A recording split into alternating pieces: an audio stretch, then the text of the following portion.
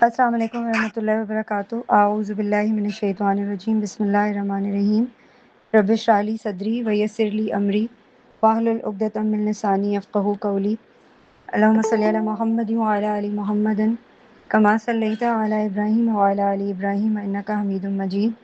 अल्लाहुम्मा बारिक अला मुहम्मदिन व अला आलि मुहम्मदिन कमा बारकता अला इब्राहीम व अला आलि इब्राहीम इन्नका हमीदुम मजीद। अल्लाहुम्मा इन्नी अस्अलुका इल्मन नाफ़िअ व रिज़्क़न तय्यिबा व अमलन मुतक़ब्बला। अल्लाहुम्मा अरिनल हक़्क़ हक़्क़न वरज़ुक़ना इत्तिबाअहू व अरिनल बातिला बातिलन वरज़ुक़ना इज्तनाबहू। आज हम क्यूए सेशन करेंगे। आप लोगों के जो भी क्वेश्चंस हैं, मेरे पास रिक्वेस्ट्स आ रही थी कि हमारी क्वेरीज होती हैं, बट टाइम इतना नहीं होता कि क्वेश्चंस को केटर किया जा सके। तो आई वुड अप्रिशिएट कि आप वन बाय वन जो भी आपकी क्वेरीज हैं आप पूछ सकते हैं about any topic relevant with your growth, your parenting, the way you are trying to give your child a brought up towards Allah subhanahu wa ta'ala's right commandments. और इसके अलावा देयर आर मल्टीपल थिंग्स जो जिनकी वजह से हम अपनी ज़िंदगियों में स्ट्रगल कर रहे हैं।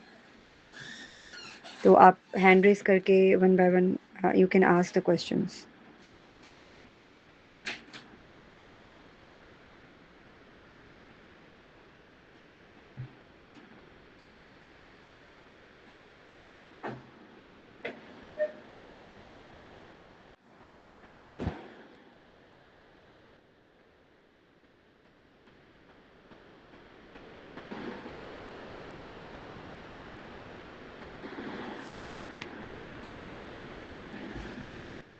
जी, आज क्यूए सेशन है, आप लोग सवाल पूछ सकते हैं।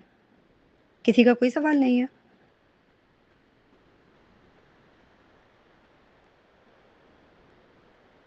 जी आयशा। अस्सलाम वालेकुम। मैं थोड़ा सोच रही थी इसलिए टाइम लिया मैंने। अच्छा, दो मल्टीपल क्वेश्चंस हैं, बहुत सारी वैसे तो रहती हैं क्यूरीज। एक छोटा सा सवाल है, सिंपल सा, कि भाई मेरे दो छोटे हैं और तीनों बॉयज हैं, तो इन लोगों का खेल ही मारना होता है, और फिर वो एकदम से वो एक मतलब रियल फाइट शुरू हो जाती है, और फिर इसको बचाना उसको बचाना एक, और ये रोजाना की स्ट्रगल है। ऐसा नहीं है कि कोई घर में कोई मारना ढांडने का माहौल है, बड़ा पीसफुल एनवायरनमेंट है ओवरऑल घर का, लेकिन बच्चे मेरे, मुझे नहीं पता क्यों, और बाकायदा वो ऐसी उनकी फाइटिंग होती है कि लगता है उन्होंने कहीं पे रेसलिंग देखी है, जबकि कभी भी हमारे यहाँ कहीं पे भी नहीं देखी इन्होंने। तो इस चीज को किस तरीके से किया जाए, क्योंकि अक्सर होता है कि किसी ना किसी एक बच्चे को लग जाती है सीरियस, मतलब सीरियस वाली नहीं, मतलब वो रोना शुरू हो जाता है। तो इस चीज को हम किस तरह से हैंडल कर सकते हैं? कहीं मैंने सुना कि आप बीच में नहीं पढ़ो, लेकिन कभी कभार आपको बीच में पढ़ना पड़ता है। सर मेरा पढ़ा वाला वो 5.5 साल का है, तो उसकी छेड़ने की बहुत ज्यादा आदत हो गई है, तो हर थोड़ी देर बाद कुछ ना कुछ उसको पोक करके आता है छोटे वाले को, और फिर वही मारना धारना शुरू हो जाता है। तो इस चीज को हम कैसे कंट्रोल कर सकते हैं? आपने कहा, आपको किसने कहा है कि बीच में ना पढ़े? मैंने सुना था कि जब बच्चों की आपस में किसी एक सेशन में, कि जब बच्चों की आपस में लड़ाई हो रही होती है और वो आपको कॉल करते हैं, तो आप थोड़ी देर को, मतलब अगर आपको लगता है कि ये लोग खुद से मैटर को सॉल्व कर लेंगे, तो आप नहीं जाओ, क्योंकि फिर देखिए, ये होता है कि बच्चा सही गलत नहीं समझता, उसको ये होता है कि मम्मा ने उसका साथ दे दिया, तो एक यहाँ से जो है वो वही सिबलिंग राइवलरी शुरू होती है। पहली चीज़ तो ये है कि एक बात को हमेशा आप लोग याद रखें, बल्कि कहीं लिख कर रख लें, ऐसी जगह पे जहाँ आप डेली उसको पढ़ा करें, कि जब हम कोई पिक्चर देखते हैं ना, एक तस्वीर देख रहे होते हैं, तो उस तस्वीर में जो किरदार नज़र आ रहे होते हैं, हमें सिर्फ वही नज़र आ रहा होता है जो वो तस्वीर दिखा रही होती है। उस तस्वीर के बैकग्राउंड में क्या है वो हमें नहीं पता होता।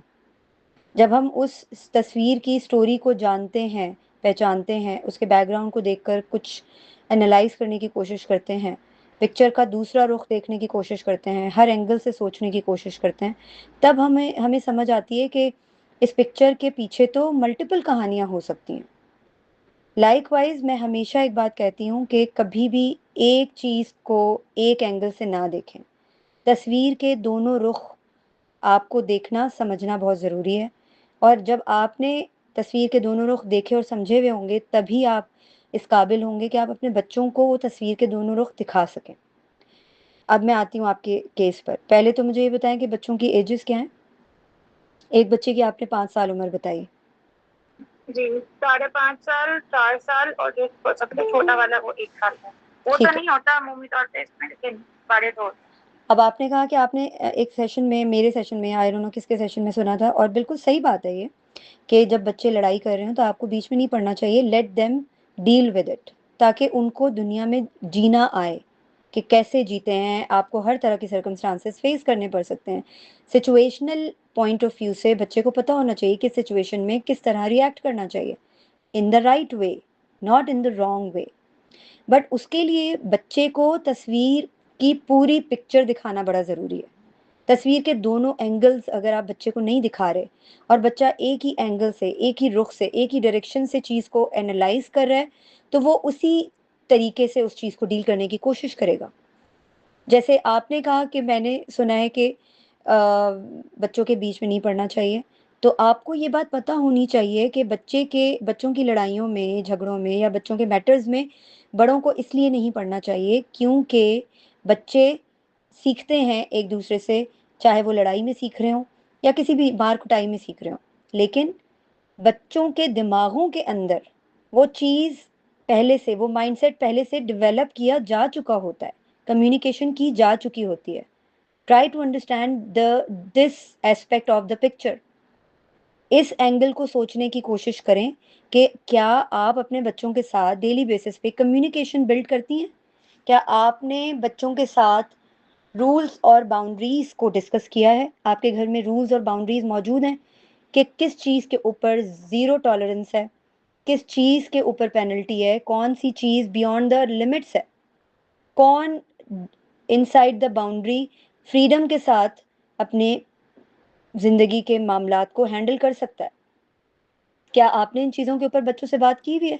क्या बच्चों को ये बात पता है कि लड़ाई झगड़ा जब किसी का भी होता है, कोई कॉन्फ्लिक्ट हो जाता है, तो किस तरह से रिएक्ट करना चाहिए, किस तरह से डील करना चाहिए? देखिए, ये चीज़ें बड़ी क्रूशियल और बड़ी वाइटल हैं। हम ये समझते हैं कि ये बड़े ईजी मैटर्स हैं। Parenting is not a piece of cake, keep it in your head. Parenting is a 24/7 job. आप ये नहीं कह सकते कि आपने हफ्ते में एक दिन बच्चों के साथ बैठ के कम्युनिकेशन की, which is quality time so called, और उसके बाद बच्चे, उसके बावजूद पूरा हफ्ता बच्चों ने बड़ा तंग किया और ओवरवेल्म हो गई मैं, और मैंने उनकी लड़ाई झगड़ों में ना पढ़कर पता नहीं बेवकूफ़ी की, अक्लमंदी की। क्या आपने अपना कंप्लीट होमवर्क किया हुआ है? You should have to know about it. आपको पता है कि आपने वो नोट्स मेकिंग की हुई थी बिफोर हैंड, जिसके लिए बच्चों को बिफोर हैंड सिचुएशन को डील करने के लिए बच्चों के साथ कम्युनिकेट करना होता है। जिन चीज़ों को बच्चों के अंदर डेवलप किया जाता है, इंडल्ज करने की कोशिश की जाती है, हैबिट्स को डेवलप करने की एफर्ट की जाती है, बच्चों को कम्युनिकेशन के ज़रिए बताने की कोशिश की जाती है what is wrong and what is right. This is your life and this would be your choice. either you are going towards the stepping up towards the right or wrong, आपकी मर्जी है। मगर आपको ये बात पता होना चाहिए कि ये राइट है और ये रॉन्ग है, यहाँ पर जीरो टॉलरेंस है और यहाँ पर नहीं है।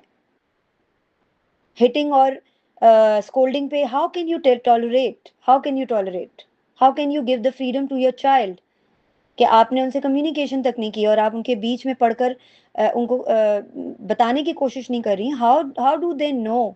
वो बेचारे तो स्ट्रगल कर रहे हैं ना, उनके दिमाग के जब केमिकल्स उधम मचाते हैं, उनके दिमाग में शोर मचाते हैं, उछलते कूदते हैं, उनको समझ नहीं आती कि वो कैसे डील करें, तो वो फिर गुस्सा आता है उनको, उनका कॉर्टिजोल केमिकल रेज होता है, तो वो फिर मार धाड़ करते हैं, वो फिर अपना गुस्सा निकालते हैं, वो फिर और उनको कौन बता रहा है कि कॉर्टिजोल जब उनकी इमोशंस तंग कर रही हैं तो उनको क्या करना चाहिए, हाउ टू रेगुलेट दिस? कौन बता रहा है उनको? कोई कम्युनिकेट कर रहा है उनको उनके साथ? मैं पॉइंट ऐड करना चाह रही हूँ कि अच्छा कम्युनिकेशन मेरी है, मैंने कोई बाउंड्रीज और रूल्स को नहीं सेट किए हुए। लेकिन मैं ये बोलती हूँ कि भाई आपस में लड़ना नहीं चाहिए, लेकिन क्यों नहीं लड़ना चाहिए? टाइम का इनका दिस इज मतलब this is the wrong sentence. ये जुमला आपको बच्चे से कहना ही नहीं चाहिए कि आपको लड़ना नहीं चाहिए।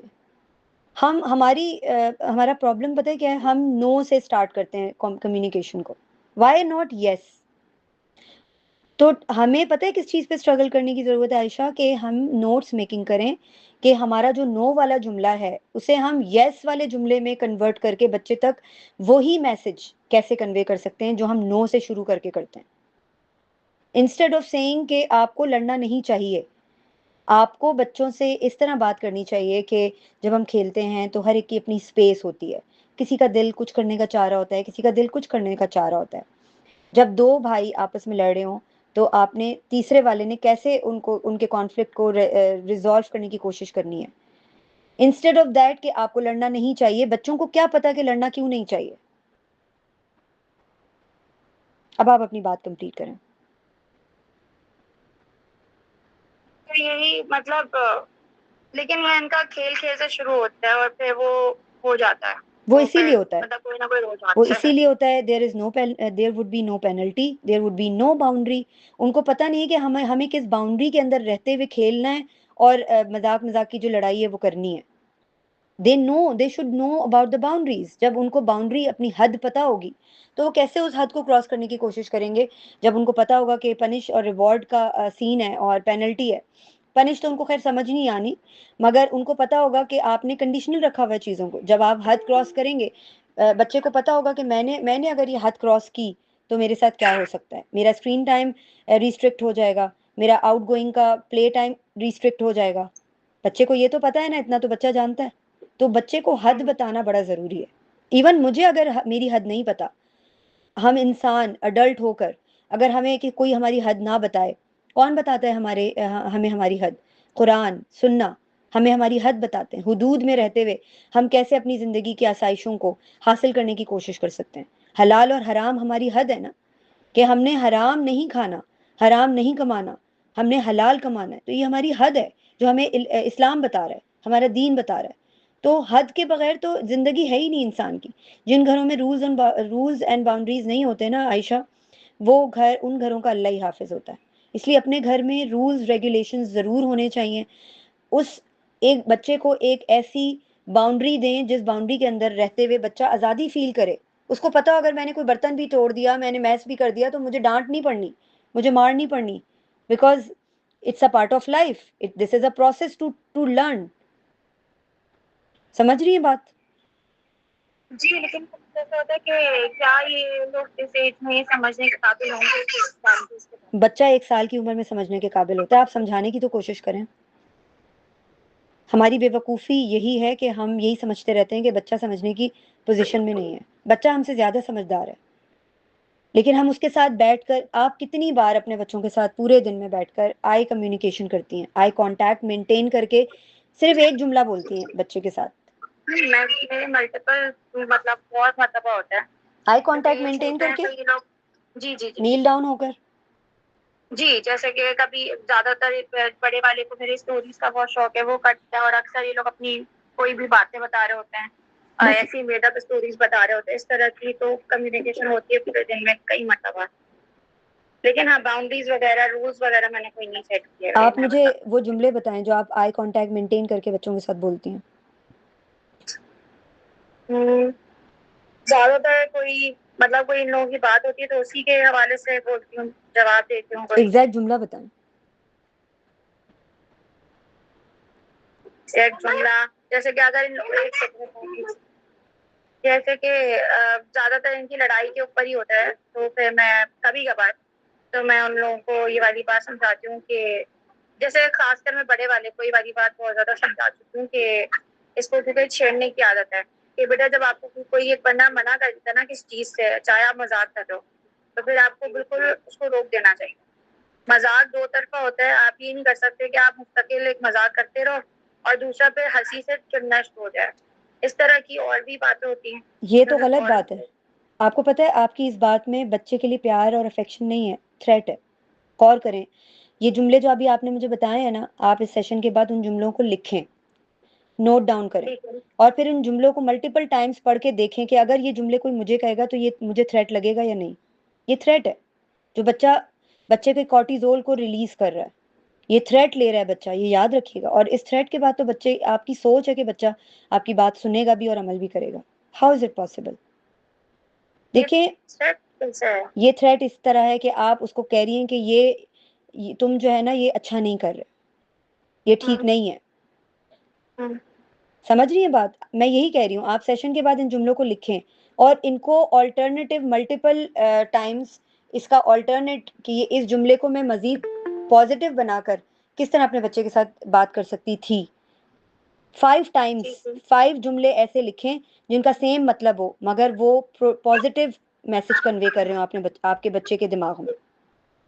हमारा मसला ये है कि हमारी टोन, हमारे एक्सप्रेशंस, हमारे वर्बल क्यूज, हमारे इमोशनल क्यूज, हमारी बॉडी लैंग्वेज, एवरीथिंग हमारी बच्चों को अलार्म दे रही होती है, हमारे बच्चों को थ्रेट दे रही होती है।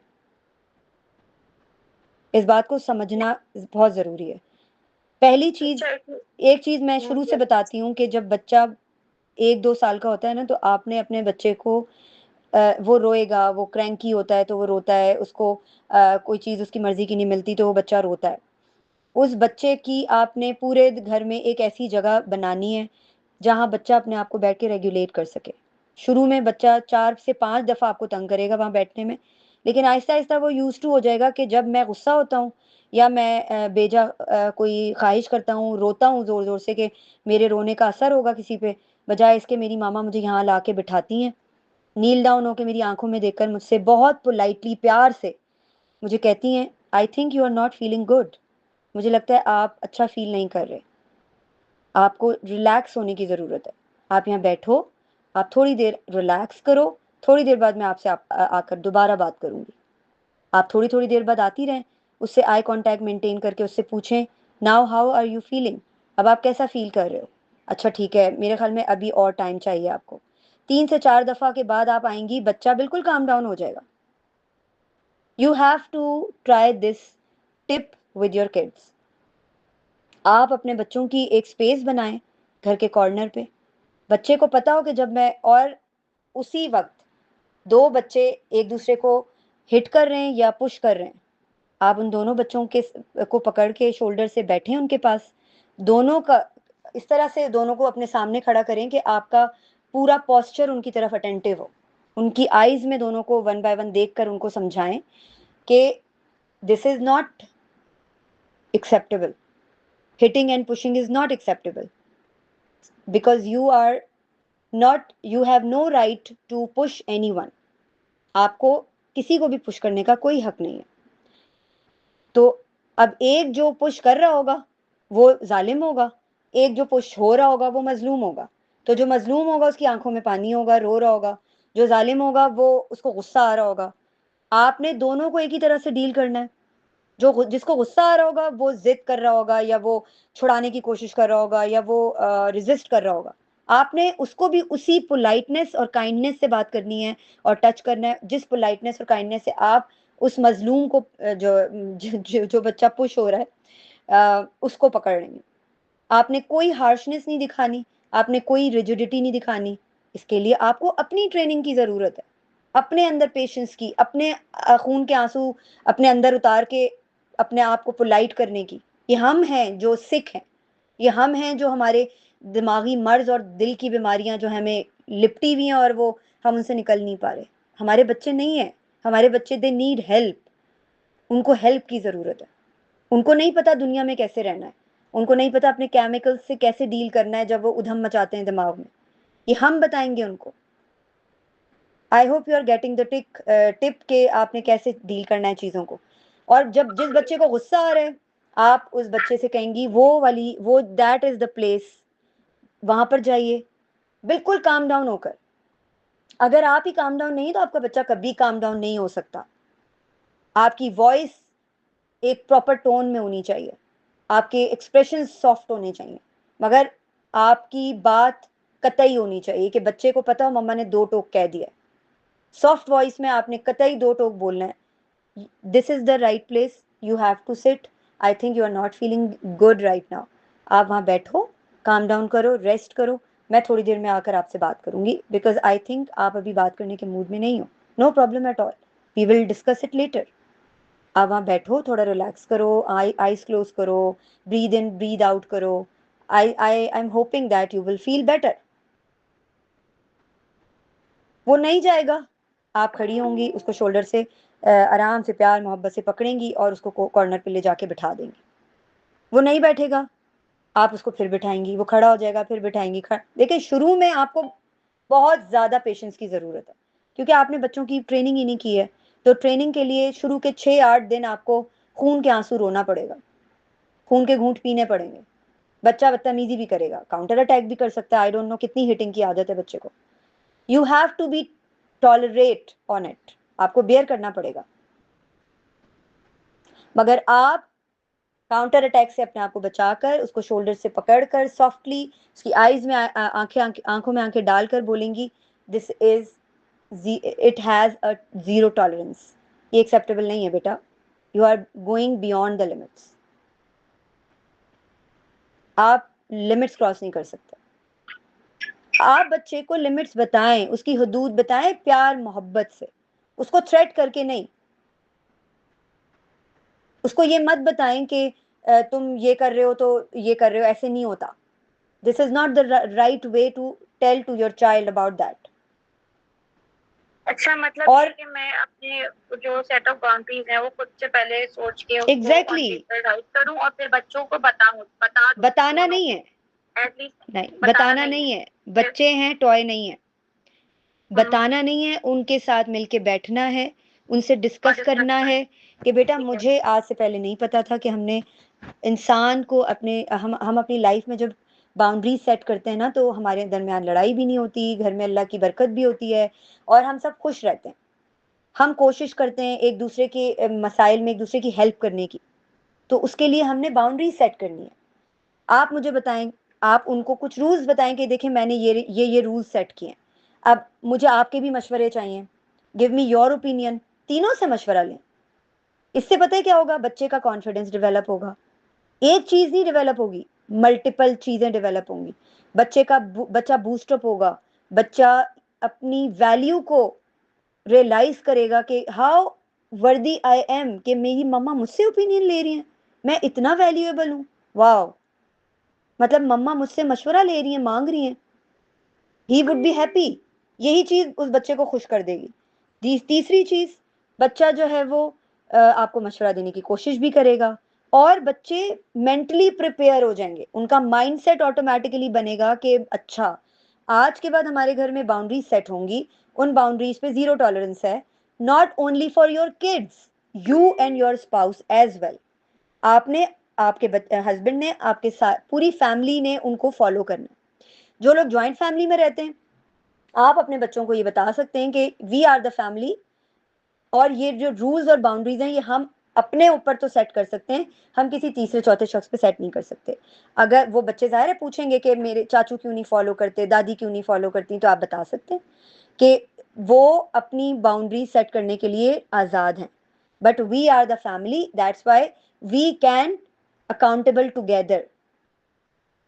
इसलिए हम इस तरह से, और एक बात याद रखिएगा, बैठकर हर वो सिचुएशन जो थ्रेटनिंग है, हर वो सिचुएशन जिसमें आपको लगता है आपको ट्रिगर्स आते हैं, आपके बच्चे इस तरह से ओवरवेलमिंग रिएक्शन दे देते हैं, मिसाल के तौर पर आप अपने ससुराल में बैठी हुई हैं या गेस्ट आए हुए हैं और आपको पता है पहले से कि आपका बच्चा इस तरह से बिहेव करता है, बैड बिहेवियर है या इस तरह की चीजें कर लेता है, आप उसकी नोट्स मेकिंग करें कि उसके लिए क्या सोल्यूशन निकल सकता है।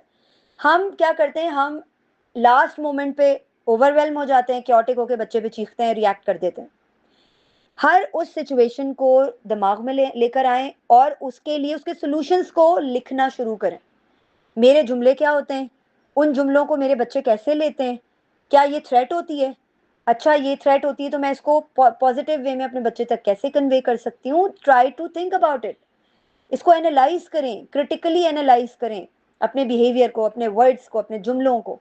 और बिफोर हैंड जब आपके पास नोट्स मेकिंग हुई हुई होती है और आप बिफोर हैंड अपने बच्चों से उन सिचुएशंस के आने से पहले बात कर लेते हैं, तो आपके बच्चे को पता होता है किस हद में मैंने रहकर क्या बात करनी है। लेकिन आपके बच्चे के अंदर ये करेज होनी चाहिए कि what is wrong and what is right. ऐसा नहीं है आप ये बोलें दादी हैं चुप हो जाओ, दादी सही बोलती हैं, बड़ों की रिस्पेक्ट करनी चाहिए, बड़ा चाहे बेइज्जत कर रहा हो बच्चे को, आपने हक और बातिल बच्चे को सिखाना है। अब आपने देखा 24/7 जॉब क्यों बोला मैंने पेरेंटिंग को। आप एक तस्वीर के जब रुख देखने निकलेंगी ना, तो आपको मल्टीपल चीजें नजर आएंगी जिसपे आपको काम करना है अपने बच्चों के।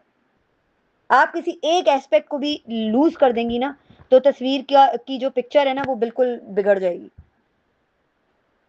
आपने अपने बच्चे को अगर करेजियस बनाना है ना, करेज देनी है, तो आपको खुद भी करेजियस होना चाहिए। आपके बच्चे को पता हो कि अगर हम आप ससुराल में बैठी हुई हैं या आप कहीं भी बैठी हुई हैं, तो आप हक के ऊपर डट जाती हैं, आप हाँ हाँ हाँ में हाँ नहीं मिलाती। अगर आपका बच्चा कोई बात कर रहा है बड़ों में बैठ के और उसको ये कहा जा रहा है तुम तो चुप रहो, तुम तो छोटे हो, और वो कह रहे नहीं दादी, बड़ा हो या छोटा हो सबकी एक रिस्पेक्ट होती है, अरे नहीं तुम कितने बदतमीज हो, तो बच्चे को ये बात पता होनी चाहिए, यू आर बिहाइंड हिम, मेरी मामा है मेरे पीछे जो मुझे प्रोटेक्ट करेंगी, जो मेरे साथ हैं, जो जानती हैं कि मैं ठीक हूं और दादी गलत है। विद ड्यू रिस्पेक्ट उसको इस बात पे रेजिस्ट करना सिखाएंगी आप। अगर वो आपसे कह रहे हैं आप इस बात पे गलत है मामा, इवन दो कि आप गलत नहीं है, तो आप उसको कहेंगी ओके, आप उसको ये सेंस ऑफ फ्रीडम देंगी कि बैठो और मुझे बताओ कि मैं कहाँ गलत हूँ, लॉजिक दो, रीजन दो। इस तरह आपका बच्चा करेज हासिल करेगा, उसको करेज आएगी, उसके अंदर सेंस ऑफ फ्रीडम पैदा होगा कि मैं हक या बातिल में के बारे में बात कर सकता हूँ। फिर आप उसको लॉजिक लॉजिक देंगी कि नहीं आई वॉज राइट, मगर आपका पॉइंट भी ठीक था, उसके ऊपर हम देख सकते हैं, सोच सकते हैं। ये नहीं होता कि कितने बदतमीज हो, इस तरह बोलते हैं मामा से, इस तरह बात करते हैं बाबा से, इस तरह दादी से बात करते हैं, नहीं, दिस इज रॉन्ग वे। जी, किसी भाई ने हैंड रेज किया हुआ था, उनसे मैं भी बात करती हूँ। आयशा, आपकी क्वेरी कंप्लीट हो गई या कोई और भी क्वेश्चन है आपका? आई होप यू गॉट, मैंने बहुत सारी चीजें आपको बताई हैं, you have to work a lot. तो मैं इसी के हवाले से, वर्क अलॉट के हवाले से ये वाली बात को कंटिन्यूएशन में पूछना चाह रही थी कि अब रोजाना के हिसाब से, क्योंकि हम लोगों ने तो एक बहुत ही, मतलब हमारे नजर में तो हमारी तो पेरेंटिंग ऐसा देखी नहीं है, हमारे तो बस ये था कि पढ़ना है पढ़ना है पढ़ना है। ये अनफॉर्चुनेटली खुद को भी बच्चा पैदा होने वाला था पहला, तब से रियलाइजेशन हुई इस चीज की, तो तब से अब तक कुछ ना कुछ सीखने की कोशिश किए जा रहे हैं। लेकिन मतलब हर दिन आपको कोई एक ऐसी बात पता लगती है कि आपको लगता है कि मतलब अभी अभी तक जो हो चुका है उसका मैं क्या करूं। तो इतना कोई नेगेटिव नहीं है मेरे घर का माहौल, अल्लाह का शुक्र है। तो हम न्यूक्लियर फैमिली है, और फिर हमारे घर का माहौल बहुत बहुत अच्छा है, कोई मतलब बदतमीजी और कोई झगड़ा लड़ाई झगड़ा नहीं है, और फ्रीडम है, बच्चों को ज्यादा ही फ्रीडम है, लेकिन वो बहुत हद से बड़ी भी नहीं है। लेकिन हाँ, मैंने कोई रूल्स एंड बाउंड्रीज नहीं सेट की हुई। अब देखें, sorry to cut you, sorry to cut you, अभी आपने फ्रीडम की बात की, अब फ्रीडम की भी डेफिनेशन आपको पता होनी चाहिए। Freedom should be inside the boundary, freedom boundary से निकलेगी आपकी। आपने एक दफा उस रूल पे जो आपने बनाया हुआ है उस पे एक दफा अगर आप लीनियंट हो गई, अगर आपने एक रूल बनाया हुआ है रात को सोने का मिसाल के तौर पर, या खाने का टाइम जो है उसका एक रूल बनाया हुआ है कि आपने जंक फूड नहीं खाना, उसकी एक लिमिट है, या वीकेंड पे खाया जाता है या वंस इन अ मंथ, और आप एक बार में लीनियंट हो गई, तो वो बच्चा फिर उसको फॉर ग्रांटेड लेगा, फिर वो कहेगा मम्मा तो लीनियंट हो ही जाती हैं, चलो ठीक है यार, cross the boundary, let's cross the boundary. ये याद रखिएगा, फ्रीडम की भी एक डेफिनेशन है, सेंस ऑफ फ्रीडम को समझना भी बड़ा जरूरी है। ठीक है, बस उस हवाले से मेरा बस एक और ये था कि अब इसको हम किस तरीके से सिचुएशन को डील करें कि रोजाना ही सीखने के साथ, मतलब हम प्रैक्टिकल लाइफ में आ चुके हैं, लेकिन हमें तो अभी भी बहुत सारी चीजों की नॉलेज है ही नहीं, जो के हिसाब से कोई नई चीज पता लग रही होती है और फिर कुछ एकदम समझ ही नहीं आ रहा होता है कि मतलब इंसान करे तो करे क्या। देखिए आयशा, जो चीज समझ आ रही है उसको start implementing on the very next day. ये याद रखिएगा, जो चीज आपको पता चल गई और आप उस पर अमल नहीं कर रही, बहुत ज्यादा एकदम एंजाइटी दे देती है। इवन मुझे पिछले काफी दिनों से मुझे हो भी रहा है बहुत ज्यादा कि मतलब क्या करूं, लेकिन फिर मेरे साथ भी एक प्रॉब्लम है कि मैं फिर भी खुद भी ढीली पड़ जाती हूँ एकदम, मुझे बहुत ज्यादा एक टेंशन होती है और फिर मैं खुद रिलैक्स होके बैठ जाती हूँ कि मतलब ये रिलैक्सेशन नहीं है, ये सुस्ती है, और सुस्ती दीन में गुनाह है, ये याद रखिएगा, सुस्ती दीन में गुनाह है। आप गुनाह कमा रही हैं, कमाती रहें, अगर आप सुस्ती नहीं भगाएंगी तो आप कुछ भी नहीं कर सकती। आई एम सॉरी टू से, I am so blunt, but ये दिस इज द रियलिटी। अगर आपको वाकई एंशियसनेस है कि मैं अपने बच्चों की अच्छी तरबिया करूं, आपको नहीं पता आप अभी मर जाएं, 5 मिनट के बाद आपको हार्ट अटैक हो जाए, गॉड फॉरबिड, क्या होगा आपका? आप जाके ये बोलेंगी कि मैं नहीं कर सकी। देखें, एक बात याद रखिएगा, मुझे आजकल बहुत ज्यादा आ रहा है, तो ये हमारा प्रॉब्लम है ना, फिर बच्चों का ना, बच्चों का प्रॉब्लम नहीं, ये हमारा अपना खुद का प्रॉब्लम है। तो हमने सबसे पहले अपनी सुस्ती भगानी है। सुस्ती इज अ सिन, सुस्ती इज अ क्राइम। ये बैड हैबिट नहीं है, इसको हम बैड हैबिट कह के खुद को मीठी गोलियां देते रहते हैं, ये बात याद रखिएगा।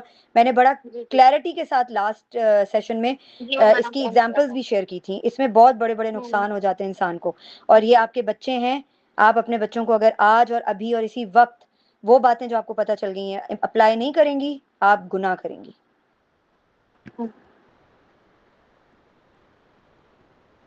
ठीक है जी। अब्दुल्ला भाई, आपने हैंड रेज किया हुआ है, आप पहले बात कर लें, फिर रबिया एंड साइमा, आप लोगों ने भी हैंड रेज किया हुआ है। जी बताइए।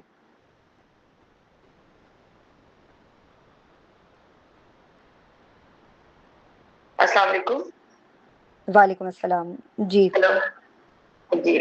मैडम मोहम्मद अब्दुल्ला मेरे बेटे का नाम है, मैं उसकी मदर बात कर रही हूँ। Okay, alright. जी मैडम आप, हाँ जी मैडम मुझे ये बात करनी थी कि मैं होम स्कूलिंग करवा रही हूँ। 8 साल का बच्चा है वो, और प्रॉब्लम मुझे ये हो रही है कि अब असल में मुझे स्टार्ट में तो कुछ समझ नहीं आई कि मैं कैसे करूँ। मैंने उसको ना स्कूल से हटाया था, खैर मैं फिर कैम्ब्रिज का सिलेबस ले आई, अब मैं उसको खुद से करवा रही हूँ। जो सबसे ज्यादा इशू मुझे आ रहा है ना, वो है उसकी इंग्लिश को डेवलप करने का, और वो इस बात से बहुत चिढ़ता है। अब किस बात से चिढ़ता है? अनफॉर्चुनेटली क्लियर करें, किस बात से चिढ़ता है? इंग्लिश इम्प्रूवमेंट करने से ना। आप किस तरह करती हैं इम्प्रूवमेंट? मैडम मैं बताती हूँ, देखिए फॉर्चुनेटली और अनफॉर्चुनेटली अगर हम कैम्ब्रिज पढ़ाएं या पाकिस्तानी पढ़ाएं, सब कुछ इंग्लिश में ही है। तो मैं उसको अब बहुत जितना मेरे से हो सका मैं उसको काम वीडियोस निकाल के दिखाई, स्टोरीज दिखाई। वो कहता मुझे झूठी स्टोरीज नहीं चाहिए, जिस तरह से आप मुझे बचपन से सुनाती है, ये मुझे अच्छी वो जो है ना ट्रू स्टोरीज चाहिए, जैसे नबियों की स्टोरीज आप मुझे सुनाती रही है, लेकिन मुझे उर्दू में सुनाए। कितने साल का बच्चा है? आजकल यूट्यूब पे 8 साल का है, माशाल्लाह ग्रेड 3 में हो गया। देखें जो है जी जी जी बोले, स्लो कंप्लीट इंग्लिश करें। स्टोरीज आजकल लग रही है यूट्यूब पे, बहुत अच्छी स्टोरीज है, बहुत अच्छा सिखाते हैं, लेकिन पता नहीं सारा कुछ कर लेता है, बट वो इंग्लिश इंप्रूव करने से जो है ना वो चिढ़ता है। वो नहीं, उसकी इंग्लिश नहीं जब इम्प्रूव हो उर्दू सकती। जी जी उसकी, आपका नाम क्या है?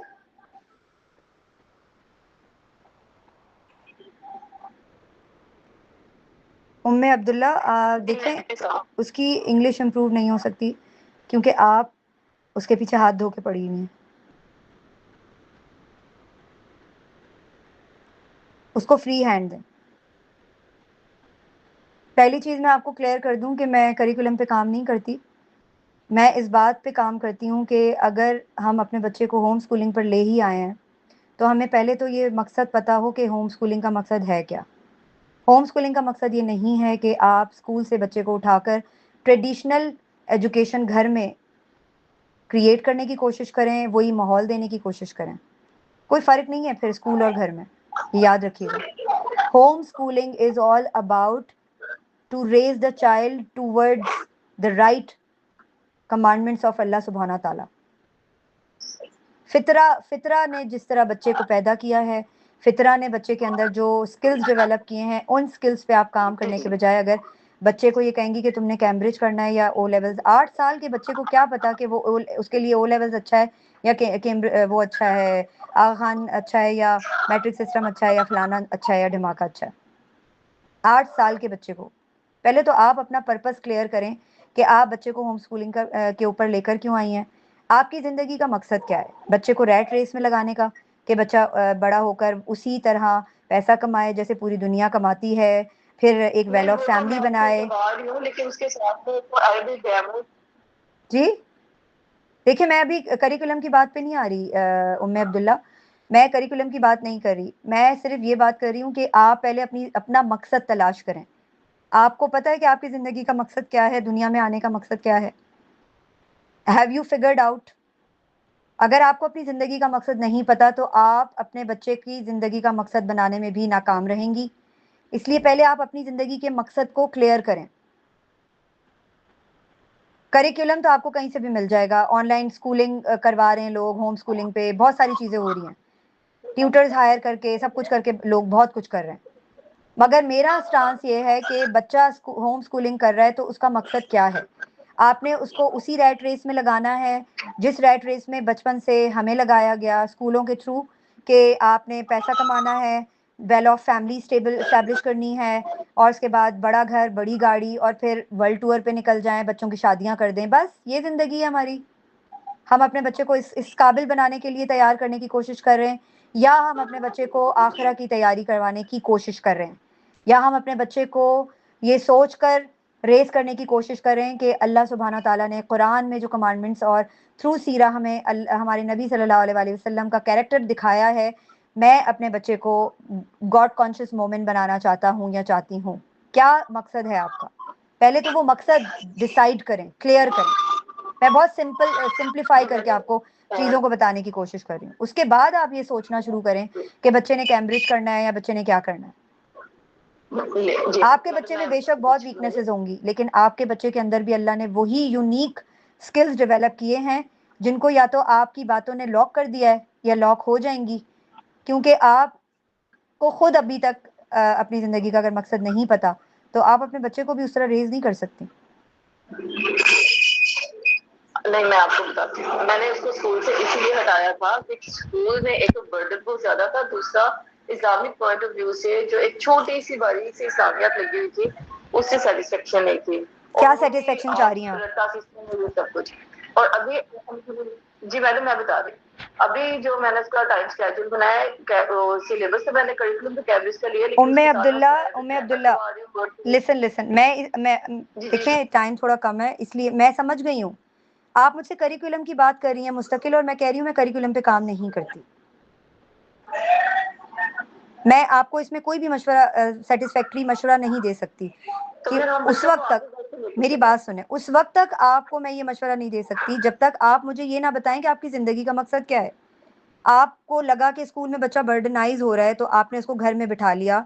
अब आप चाहती हैं कि घर में आपने उसको वही ट्रेडिशनल एजुकेशन देनी है जो वो स्कूल में ले रहा था, तो फ़र्क क्या हुआ?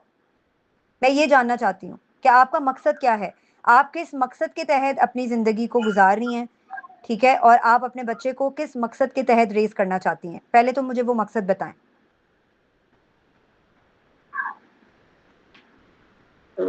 उसके साथ मैं उसको प्रॉपर इस्लामिक एजुकेशन भी देंगी। कौन सी एजुकेशन को आप इस्लाम कहती हैं? प्रॉपर इस्लामिक एजुकेशन भी दे रही हूँ। प्रॉपर इस्लामिक एजुकेशन क्या होती है, प्लीज मुझे बताएं। हम क्यों आए हैं, किस लिए हैं? जी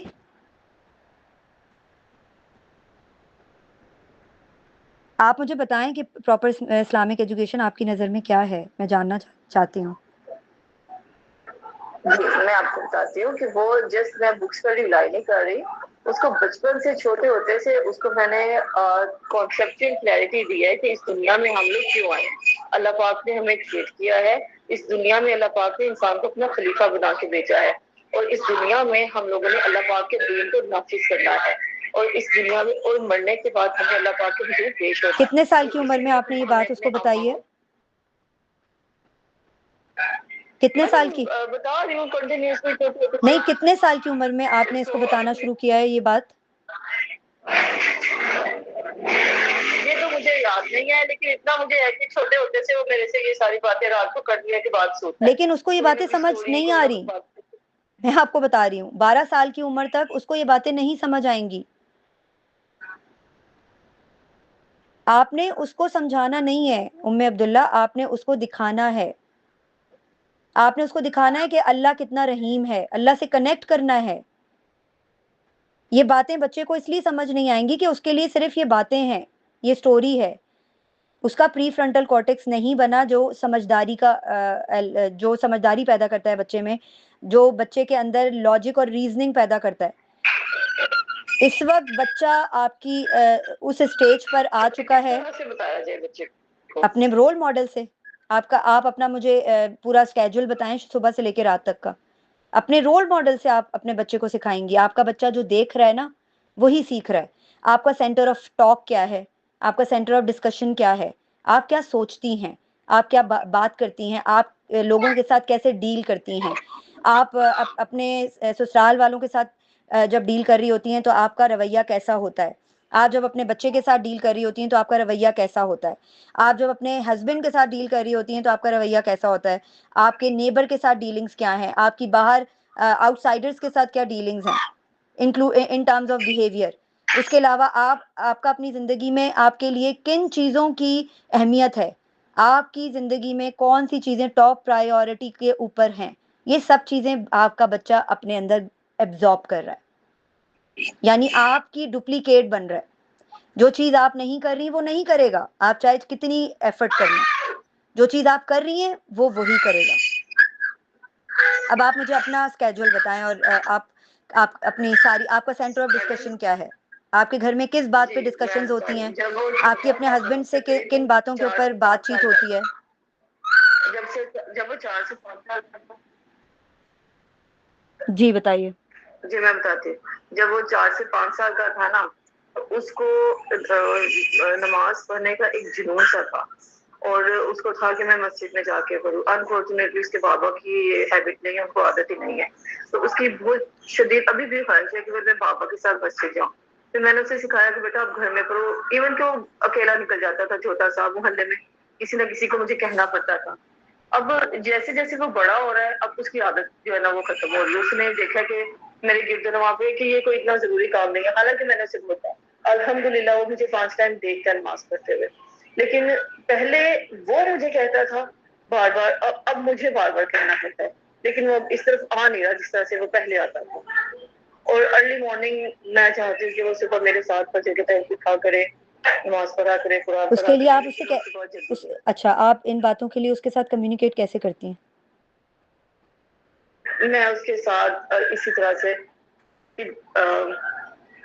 उसको बताती हूँ नमाज की अहमियत क्या है। नहीं गलत करती हैं ना, गलत करती हैं। उसको क्या पता नमाज की अहमियत, मुझे नहीं पता, आपको नहीं पता। आप बताएं नमाज की क्या अहमियत है, चलें आप बताएं, आपके लिए, आपके नजदीक नमाज की क्या अहमियत है। सबसे पहली बात तो ये कि कुरान में उसका बहुत ज्यादा जिक्र है, अल्लाह पाक ने हुक्म दिया है और एक सजदा शैतान ने नहीं किया तो उसको सारी जिंदगी के लिए मरदूद किया गया। नमाज का मतलब जानती हैं? हमें हुक्म ने नमाज इस्लाम का नमाज का मतलब क्या है? अल्लाह के आगे सर झुकाना, अल्लाह से बात करना। नहीं, आप पूरी नमाज पढ़ती हैं, आपको उसका तर्जुमा आता है, उसके बारे में पता है कि नमाज के तर्जुमे को आता है? ठीक है, आप मुझे सिर्फ सूरह फातिहा बताएं कि सूरह फातिहा में जब आप पढ़ रही होती हैं तो आप क्या फील करती हैं?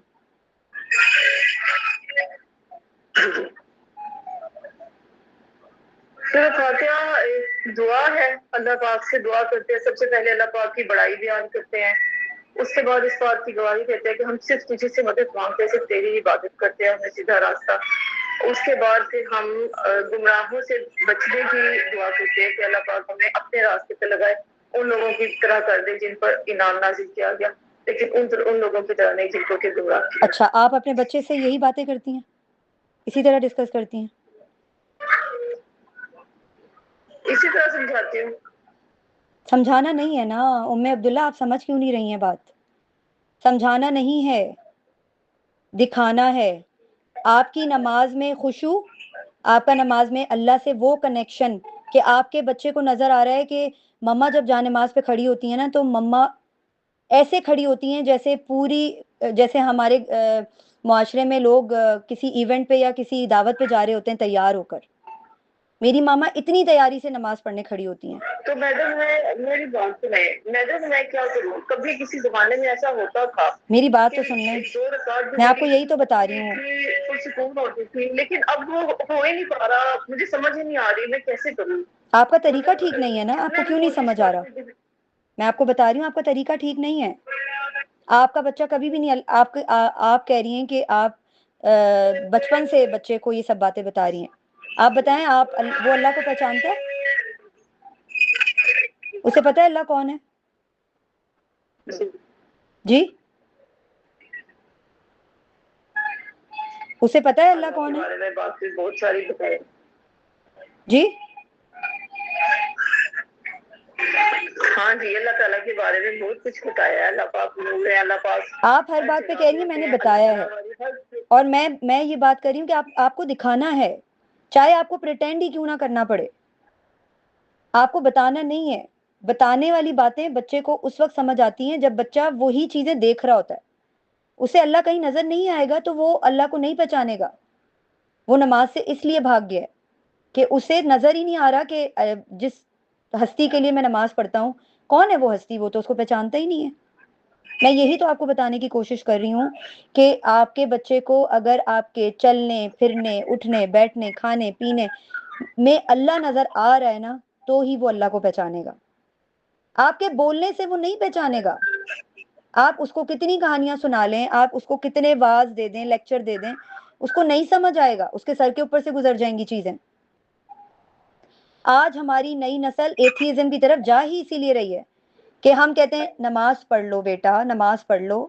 नमाज का मतलब उसको क्लियर नहीं हुआ है, क्योंकि वो अल्लाह की हस्ती को जानता ही नहीं है कि अल्लाह है कौन जिसके आगे मैं झुकूं। और मैं किस बात पे झुकूं भाई, मुझे हर चीज तो मिल रही है, सारी नेमतें मेरे पास हैं, मैं कंफर्ट में रह रहा हूं, मुझे क्या जरूरत है उसके आगे सजदा करके हाथ फैलाने की। क्या आपने उसको कभी बताया है कि ये जो चीजें हमारे पास हैं, हमारे पास कंफर्ट है, हमारे पास छत है, हमारे पास रिलैक्सिंग बेड है, हमारे पास लजीज फूड है, खाना पीना है, हम पेट भर के खाते हैं, हम भरपूर नींद लेके सोते हैं, हम अच्छे से अच्छा पहनते ओढ़ते हैं, ये किसका दिया हुआ है? ये कौन सा सफर तय करके ये हम तक पहुंचा है? किस जात की रहमानियत से ये हम तक पहुंचा है? बिल्कुल बिल्कुल मैं बताती हूँ उसको। आप जब खाना खाने बैठती हैं तो आप उसको बताती हैं? क्या डिस्कस करती हैं खाना खाने बैठती हैं तो? जी जी बिल्कुल बिल्कुल बताती हूँ। क्या? हाँ जी, मैं उसको बताती हूँ कि ये जो हमने खाना खाया ना, अल्हम्दुलिल्लाह हमें अल्लाह पाक ने दिया है। ठीक है, दुनिया में बहुत से लोग हैं, बल्कि उसको दिखाया है हमने। वो आगे से क्या कहता है? मतलब लाइन्स लगी होती है, सुनता है, बड़े शौक से इंटरेस्ट के साथ सुनता है। नहीं, आप उसको सुनाई नहीं, आप उसको प्रोवोक करें कि वो सवाल करे, वो अपना इनपुट दे, उससे बुलवाएं, उसको बाहर लेकर जाएं, उसके साथ बादलों की बात करें, उसके साथ सूरज की बात करें, उसके साथ चांद की बात करें। बेटा तुम क्या सोचते हो? तुम्हें क्या लगता है इतने भारी जब बादल कभी वाइट होते हैं कभी ग्रे होते हैं, what do you think about it? उससे प्लांटिंग करवाएं, उसको उसके पास पेट्स अगर अफोर्ड कर सकती हैं कि सफाई के साथ वो रख सकता है, पेट रखें। मेरी उसके साथ इबादत है, इनफैक्ट कुछ दिन पहले अर्ली मॉर्निंग बादलों से।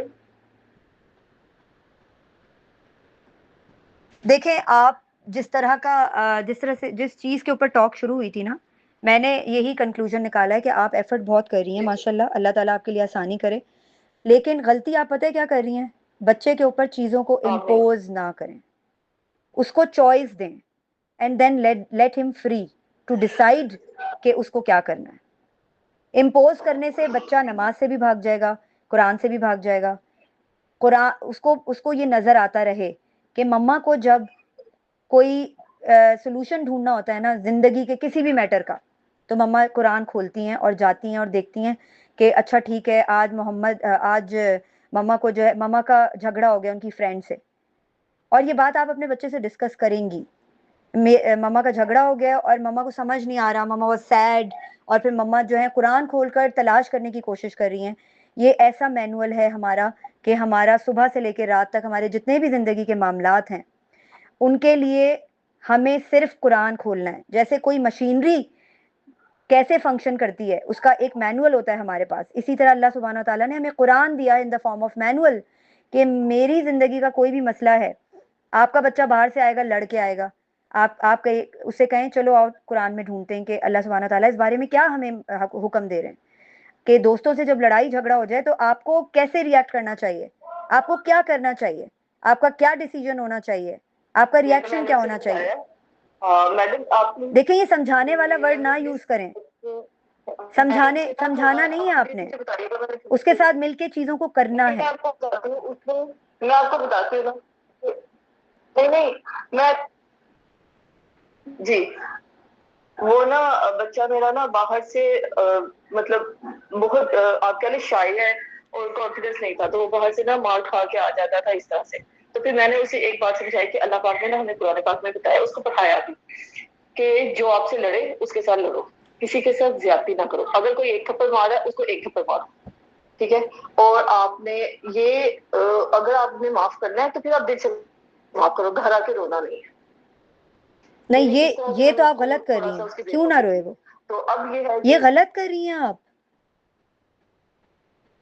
ये नहीं कहें उसको, ये ना कहें, देखें मेरी बात सुनिए, नहीं, आप उसके सारे दरवाजे क्यों बंद कर रही हैं? तो फिर मैंने उसे थोड़ा सा, वो आपसे शेयर ना करे तो किससे करे? बहुत गलत कर रही हैं उम्मे अब्दुल्ला आप। वो आपसे घर आकर शेयर ना करे तो किससे करे? मेरा मतलब था कि इसमें कॉन्फिडेंस आए बच्चों, इस तरह नहीं आएगा कॉन्फिडेंस, इस तरह वो और शाय हो जाएगा। आप उसको अपने साथ इतना अटैच करें कि वो आपसे हर बात तो शेयर कर सके इजीली। आप उसको जज ना करें, आप उसको चीजों के बारे में तो बताएं, लेकिन आप ये गलत कर रही हैं कहकर कि तुम जो है वो आकर रोया ना करो। क्यों ना रोए वो अपनी माँ के पास भी आकर ना रोए। नहीं, आप उसको बताएं, आप उसकी इमोशनल रेगुलेशन पे काम ही नहीं कर रही। आप उसके एंगर इश्यूज पे काम नहीं करेंगी तो आप आधी तस्वीर को फिल कर रही हैं और आधी तस्वीर को ब्लैक एंड व्हाइट छोड़ रही हैं। यही तो हम गलतियां करते हैं पेरेंटिंग के अंदर। इतने बड़े बड़े भंड ना मारें खुदारा। वो अगर बाहर से लड़कर आए, आपने उससे पूछना है आप डिस्टर्ब लग रहे हो, क्या हुआ? तो वो फिर आपको बताएगा। अगर आप ये बातें करेंगे वो आपसे कुछ भी शेयर नहीं करेगा, वो भी शेयर नहीं करेगा जो खतरनाक होगा। आपको क्या हो गया? आप कैसी बातें कर रही हैं? आप माँ हैं। नहीं, वो तो आके बताता। आप उसको ये क्यों कह रही हैं कि आपने रोना नहीं है? आप ये क्यों कह रही हैं कि उसने रोना नहीं है? आप उसको रोने दें, वो रोएगा तो उसकी टेंशन रिलीज होगी, उसकी इमोशनल रेगुलेशन होगी। उसको रोने दें, व्हाट्स अ बिग डील? हमारा मुआशरा जो है वो क्या कहता है? तुम मर्द हो, मत रो, मर्द बनो। ये व्हाट्स अ बिग डील? वो है तो इंसान ना, वो शिकायत तो नहीं कर रहा। वो पहली बार आकर जब आपसे कोई बात शेयर कर रहा है, आप उसको ओपन हार्ट के साथ सुने, be a good listener. Lecture नहीं चाहिए। देखें, हर वक्त बच्चे को लेक्चर नहीं चाहिए होता। मैं आपको अगर ये बात कह रही हूँ कि कुरान से मसाइल को ढूंढें और बच्चे के साथ मिलकर ढूंढें, इसका ये हरगिज मतलब नहीं है कि आप बच्चे की इमोशंस को हर्ट करें।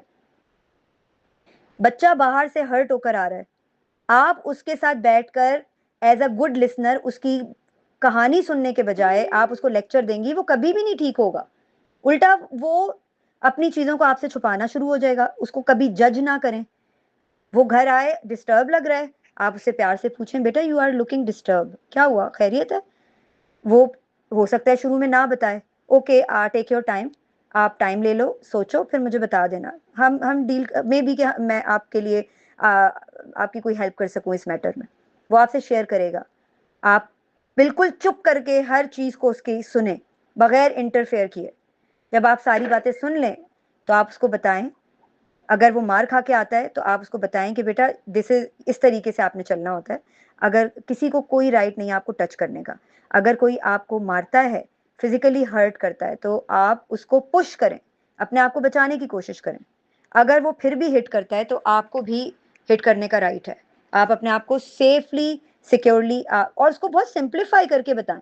मुश्किल जुमले बच्चों को समझ नहीं आते, ना मुश्किल अल्फाज समझ आते हैं।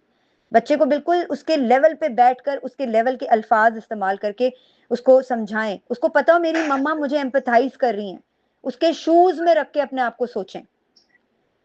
बहुत ही एक स्ट्रेंजर जैसे बात सुन लेते हैं ना, हाँ ठीक है तुम ऐसे कर लो वैसे, ऐसे तो बच्चे का दिल भी नहीं करेगा आपसे बात करने का।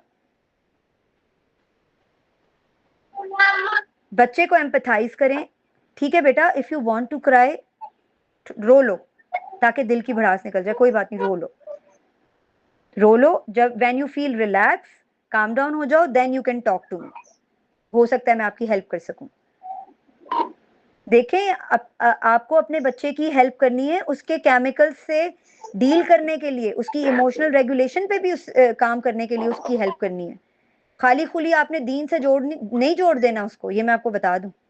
दीन से तो बहुत लोग जुड़े हुए हैं, टेररिस्ट भी जुड़े हुए हैं दीन से तो डॉक्टर भी जुड़े हुए हैं जो लोगों को इमरजेंसी में मरने देते हैं कि फीस जमा नहीं कराओगे तो अंदर नहीं घुस सकते, मरते हो तो मरते रहो। आपका सिर्फ एक पर्पस होना चाहिए कि मेरे बच्चे के दिल में दर्द दिल होना चाहिए। अगर आपने अपने बच्चे को पूरी दुनिया का इल्म भी दे दिया ना, और आपके बच्चे के दिल में एम्पैथी नहीं हुई, दर्द दिल ना हुआ, इंसानियत का दर्द ना हुआ उसके दिल में, तो आप you would be the failure, God forbid. ये बात मेरी लिख कर कहीं रख लें। हम समझते हैं ये बहुत छोटी बात है, ये छोटी नहीं है, बहुत बड़ी बात है। आपके बच्चे के अंदर अगर कॉन्फिडेंस कम रह जाए तो उसको रीफिल किया जा सकता है। आपके बच्चे के अंदर दर्द दिल ना हुआ ना, उसको इमोशन रेगुलेट नहीं करनी आई, तो आप फेलियर हैं।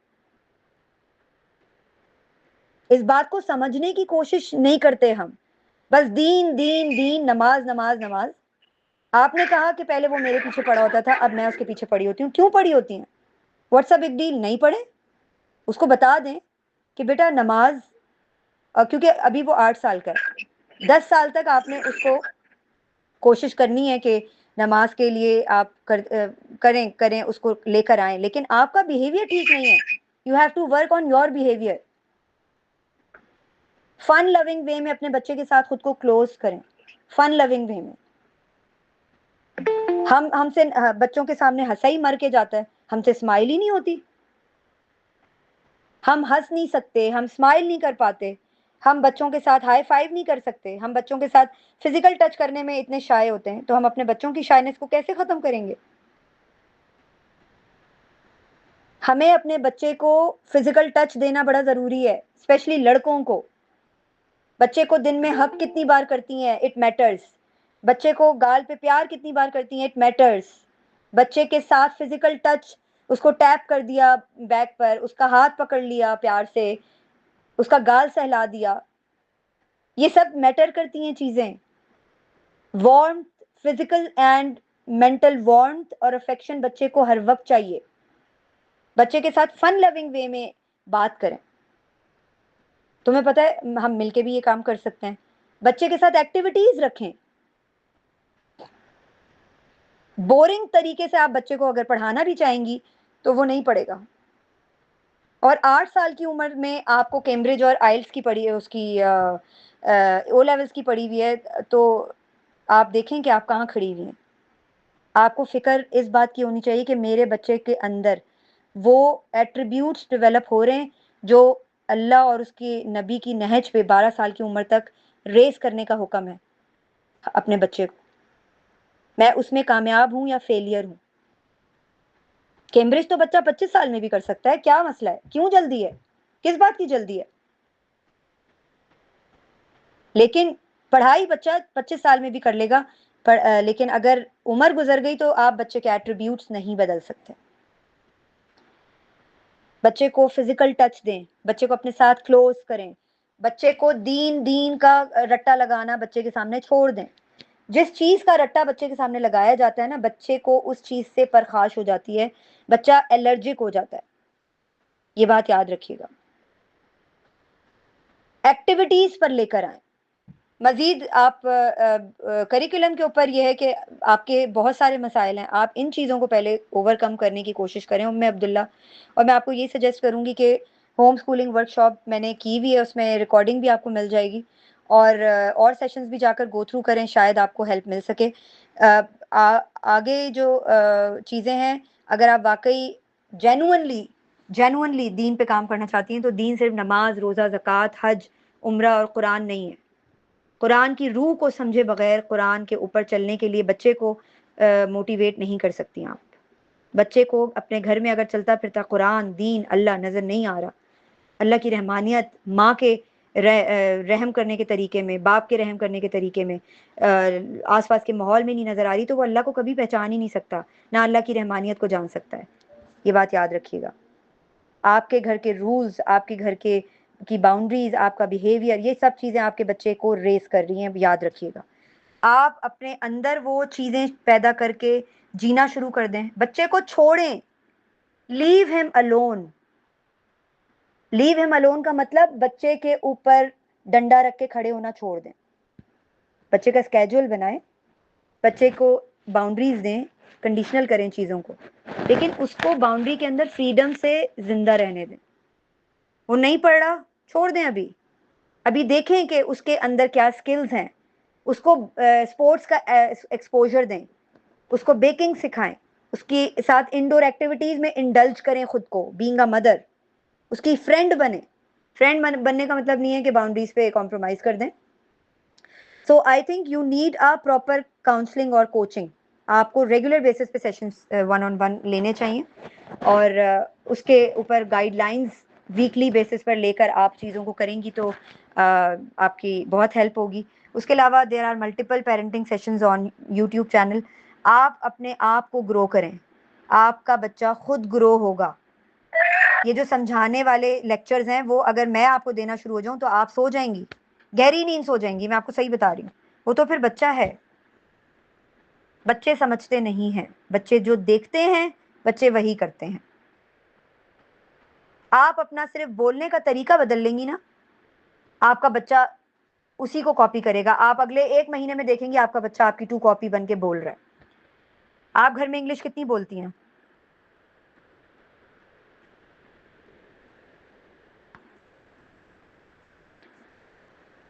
ठीक है उम्मे अब्दुल्ला, मैंने आपको आपके सवाल को काफ़ी लंबा चौड़ा जवाब आपको देने की कोशिश की है। पढ़ाई को भी साइड पे करें, पहले बच्चे के स्किल्स पे काम करें। साइड पे करने का ये मतलब नहीं कि बिल्कुल ही छोड़ दें, मगर हवा मत बनाएं, एंशियस मत हों। अपने हिस्से का काम अपने रिसोर्सेज में रहते हुए समझदारी के साथ करें, बाकी का काम अल्लाह सुब्हाना ताला का है। आयशा को भी मैं यही मशवरा दूंगी, परेशानी इसका हल नहीं है। हम क्या करते हैं, हम उन मसलों को भी, उन मामलात को भी अपने हाथ में लेने की कोशिश करते हैं जो मामलात अल्लाह के हाथ में। अपने हिस्से का काम करें, बाकी के मामलात अल्लाह पे छोड़ दें और बस। रातों की नींदें हराम करके आपको जन्नत नहीं मिलेगी, ना ही आपका बच्चा हिदायत पालेगा। हिदायत तो देने वाली ज़ात सिर्फ अल्लाह की है। जी साइमा, आपका क्या सवाल है?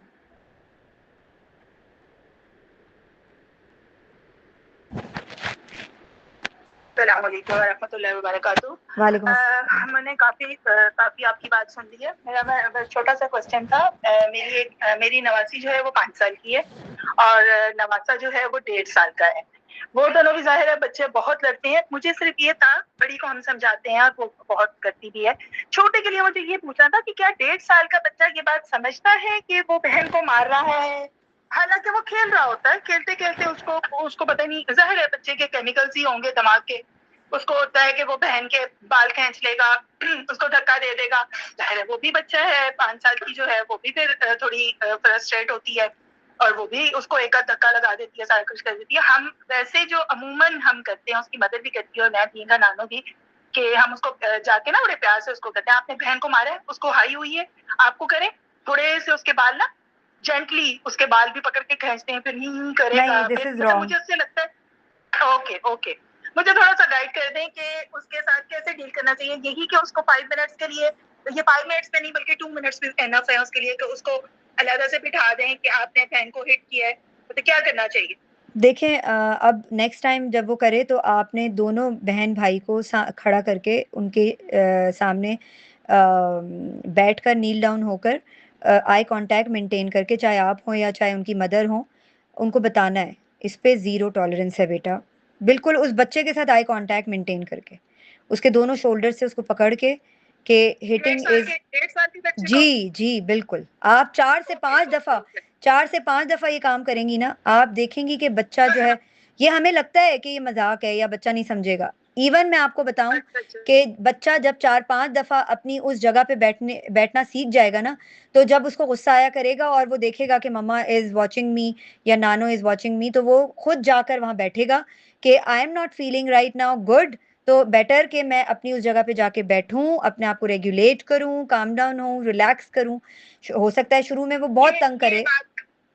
ये बात बिल्कुल ठीक है, मैं आई एग्री विद दिस। मुझे उस वक्त नहीं पता था, लेकिन मेरी ये जब नवासी इस तरह 1.5-2 साल की थी ना, तो उसको टेंट्रम्स होते थे ना, तो इसकी मदर इसको उठा के ना, हमारे घर नहीं, जब वो आती थी अपने घर में भी उसने सीढ़ियों में बिठा देती थी कि आपको रोना आ रहा है, आप थोड़ी देर बैठ के यहाँ रो लो।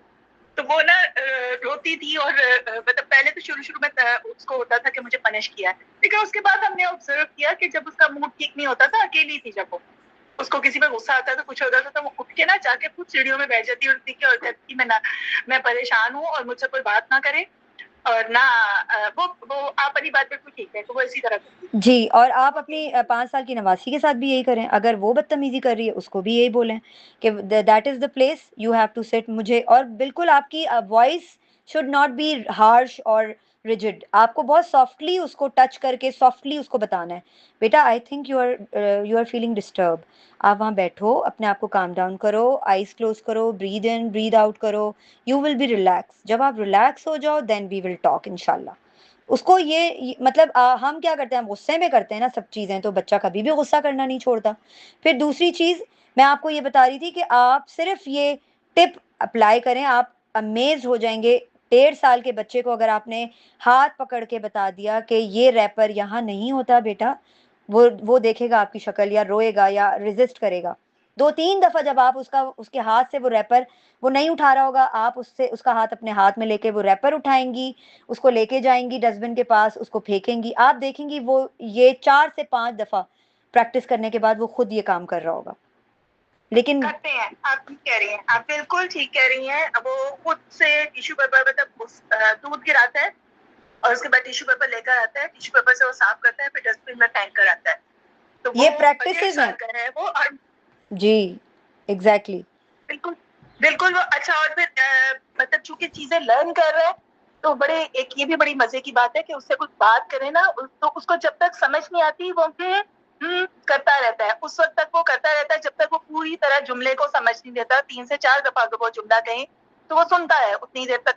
वो उसको ना मतलब क्वेश्चन की तरह उसके क्वेश्चन मार्क होता है उसके चेहरे के ऊपर, और ये होता है कि वो दोबारा रिपीट करवाना चाह रहे हैं। तो और फिर वो अपनी जबान में उसका कोई आंसर भी करता है। वो लगा बात है कि हमें समझ नहीं आती है।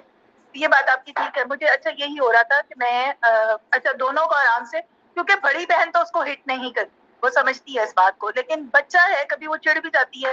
पहले उसको आराम आराम से कहती है, 2-4 दफा मारती नहीं है, दूसरे से कहती है जैसे वो हम कोई अपने काम में लगे हुए हैं, तो फिर वो जो है वो उसको देखिए टच करती है। वो इसके अलावा भी टच करती है, सॉरी, उसको धक्का देती है। इसके अलावा भी सिबलिंग राइवलरी ना आए, इन चीज़ों के ऊपर काम करना बड़ा ज़रूरी होता है। उसकी जिम्मेदारी लगाएं 5 साल की बेटी की कि वो जो है वो हफ्ते में 2 दिन उसको इस तरह से पैम्पर करे छोटे भाई को, जैसे उसके दिमाग में ये अंडरस्टैंडिंग डेवलप होनी चाहिए कि मम्मा के बाद I am the mother of my younger brother. तो वो उस तरह लुक आफ्टर करना सीखे। इस तरह क्या होता है कि सिबलिंग राइवलरी नहीं आती। हमारे यहाँ सिबलिंग राइवलरी आती ही इसीलिए है कि तुम बड़ी हो ना, तुम कॉम्प्रोमाइज कर लो, या तुम छोटे हो ना, तुम कॉम्प्रोमाइज कर लो। तो इस वजह से ये बातें तो बच्चों के सामने आप लोग करें ही ना। ये बातें बच्चों के दिलों में नफरत क्रिएट करती हैं, राइवलरी लेकर आती हैं।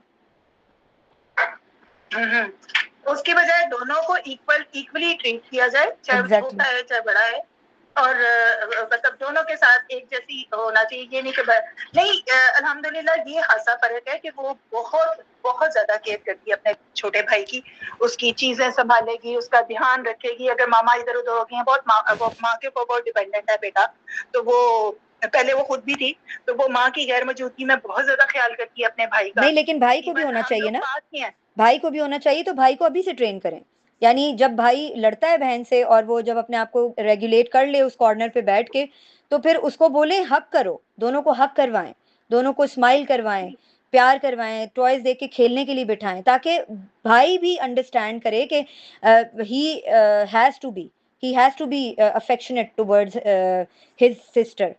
समझ रही हैं बात? और इसी लेवल से अगर बच्चा ट्रेन होगा तो डेफिनेटली बच्चा अपनी बहन को उसी तरह प्रोटेक्ट करेगा, उसी तरह उसकी केयर करेगा। सही है। और वो मतलब इसी तरह है कि जब कभी बहन नहीं होती और वो घर में अकेला होता है, माँ को बहुत ज्यादा तंग कर रहा होता है, तो उस टाइम पे भी यही है कि लाइबा को भूल गया है शायद, तो उसे भी चाहिए कि उस टाइम पे उसको आराम से किसी साइड पे कॉर्नर पे बिठा दें कि आप थोड़ी देर बैठ के, अगर आपको रोना भी आ रहा है तो आप थोड़ी देर रो लो, जब आप ठीक हो जाओगे फिर आ जाना मेरे पास, फिर मैं आपको ले जाऊंगी यहाँ से। और फिर उस कॉर्नर पे बैठ के बच्चों के लिए आप ड्राइंग बुक्स उस कॉर्नर को अच्छा से सेटअप कर सकते हैं, अट्रैक्टिव बना सकते हैं। छोटी सी शेल्फ रख के वहाँ पे बुक्स बच्चे की रख दें, या लेगोज रख दें, छोटे मोटे टॉयज रख दें कि बच्चा, और या कुशन रख दें प्यारा सा, कि वो कॉर्नर प्यारा सा हो, बच्चे को खुद वहाँ जाना अच्छा लगे। वो जब उसको हल्का सा एंगर फील हो रहा हो या उसको लग रहा हो कि भाई मैं ट्रिगर हो रहा हूँ, तो वो वहाँ जाके बैठे अपना टाइम गुजारे। बच्चों के लिए एक घर का एक ऐसा कोना जो सेफ प्लेस बच्चे को लगता है, तो that would be more beneficial.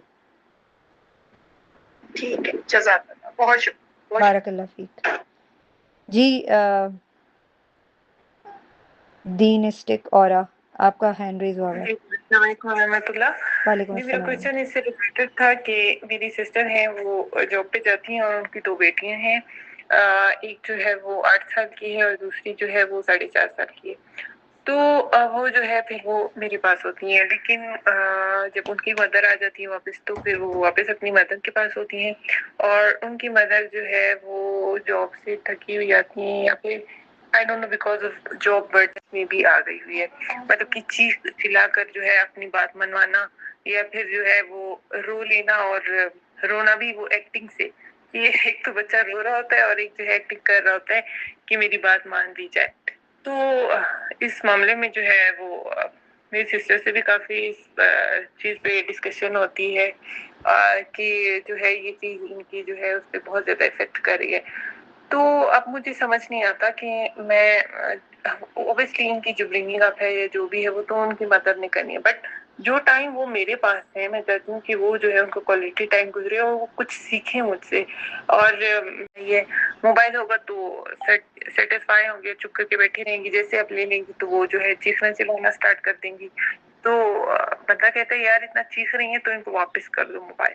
तो अब मुझे समझ नहीं आता कि इनको किस तरह से मैं जो है वो वापस ट्रैक पे लेके आऊँ।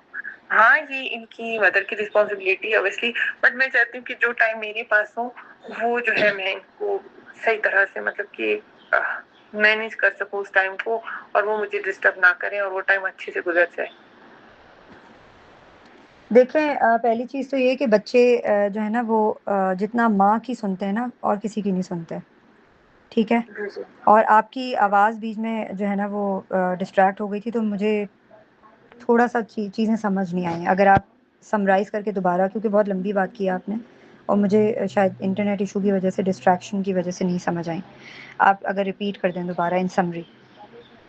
हाँ जी जी, ये बोल रही थी कि मेरी जो नीस है दोनों, उनका बिहेवियर जो है वो कुछ नॉर्मल बच्चों से हट के है। मतलब वो हिटिंग वगैरह करती हैं?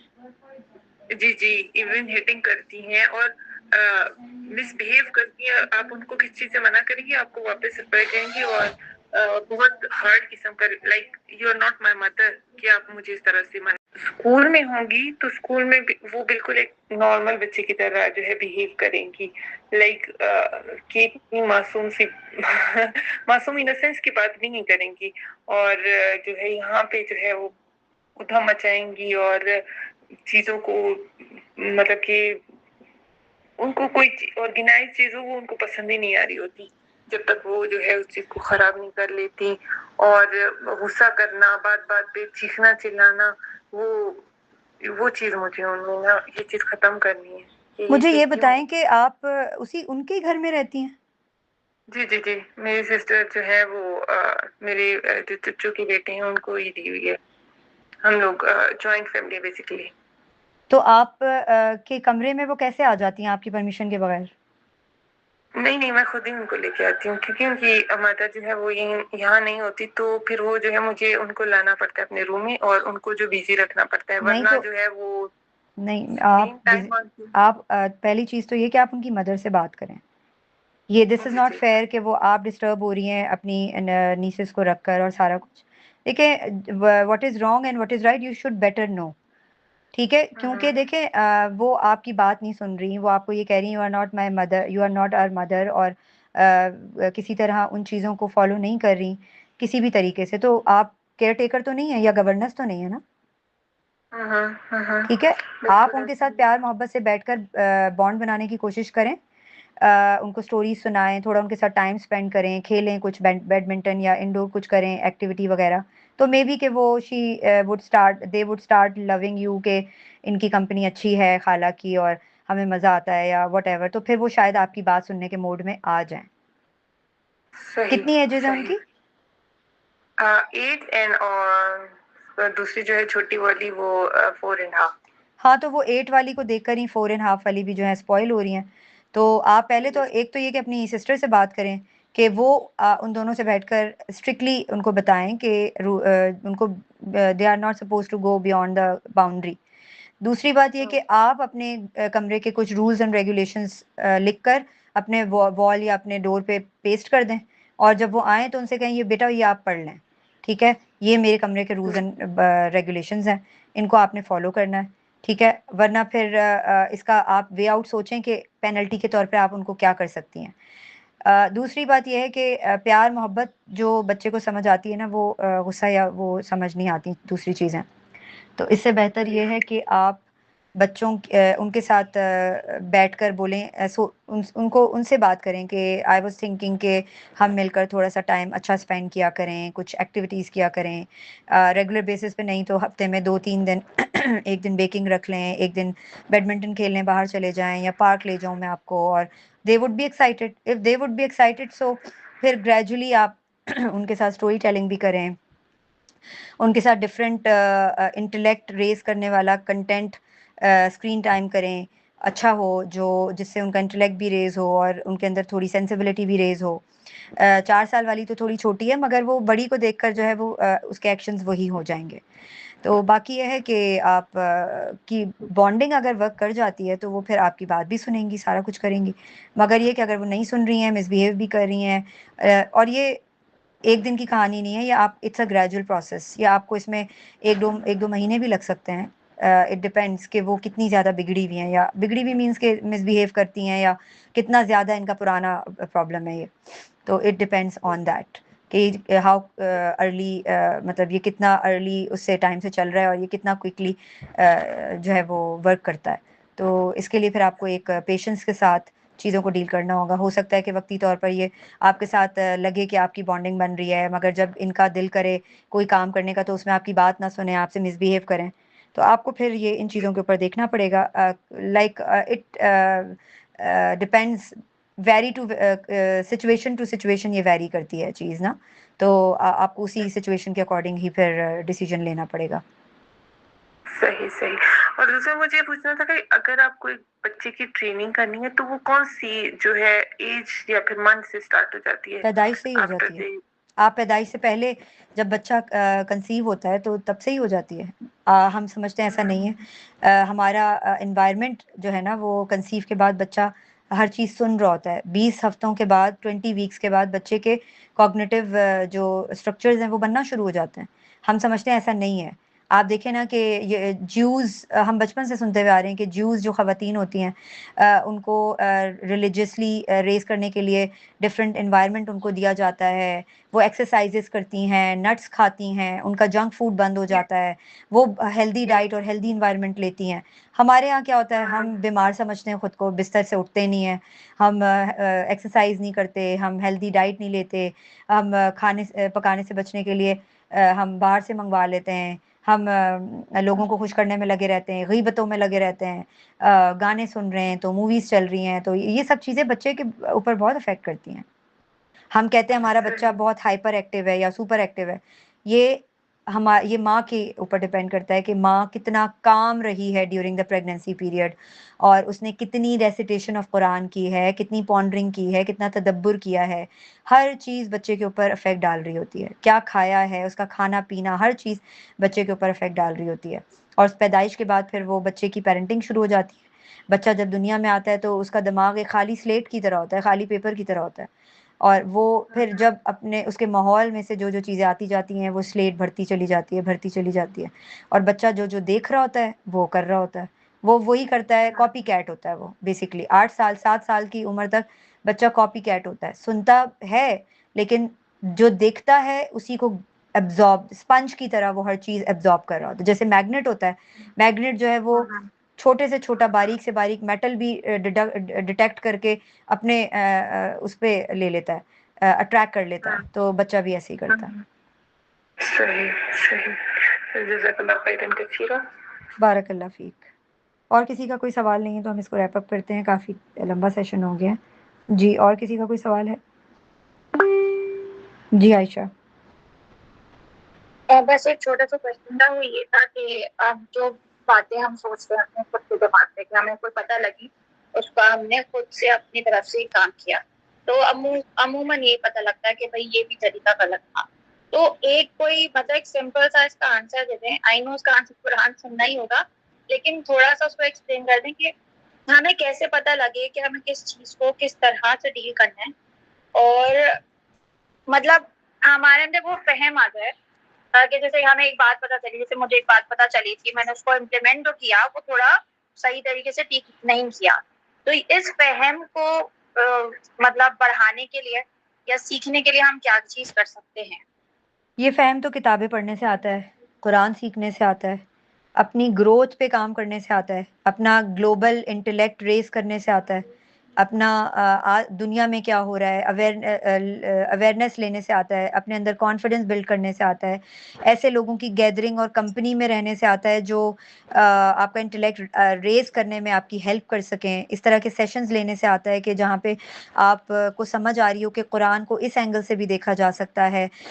और इसके अलावा सीरा सीखने से आता है, प्रॉफिट स्टोरीज़ को उनके एंगल से देखा जाए कि वो किस एंगल से हज़रत याकूब अलैहिस्सलाम ने अपने बच्चे को कैसे रेज़ किया, हज़रत इब्राहीम और हज़रत इस्माईल अलैहिस्सलाम की साइकोलॉजी क्या थी, किस तरीके से जो है वो पेरेंटिंग की जाती थी, यूसुफ अलैहिस्सलाम की स्टोरी से उसके अंदर क्या पेरेंटिंग थी, हज़रत याकूब अलैहिस्सलाम ने 40 साल अपने बेटे का इंतज़ार किया, और हमारे नबी सल्लल्लाहु अलैहि वसल्लम ने हज़रत इमाम हुसैन और हसन रज़ी अल्लाह ताला अन्हुम की तरबियत में क्या किरदार अदा किया कि बच्चा अगर यूरिन भी पास कर देता था तो वो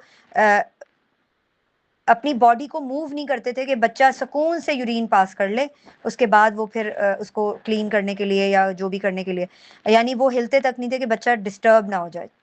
और हम क्या करते हैं, देख लें, मवाजना कर लें। तो ये फ़हम इसी तरह आएगा कि आप किताबें पढ़ें, सीरा सहाबिया पढ़ें, सीरा सहाबाज़ पढ़ें, सीरतुन नबी सल्लल्लाहु अलैहि वसल्लम पढ़ें, कुरान सीखने की कोशिश करें, स्कॉलर्स को पढ़ें, पेरेंटिंग तरबिया सेशंस लें, पेरेंटिंग की बुक्स हैं वो पढ़ें। बुक पढ़े बगैर शऊर और आगाही नहीं आ सकती।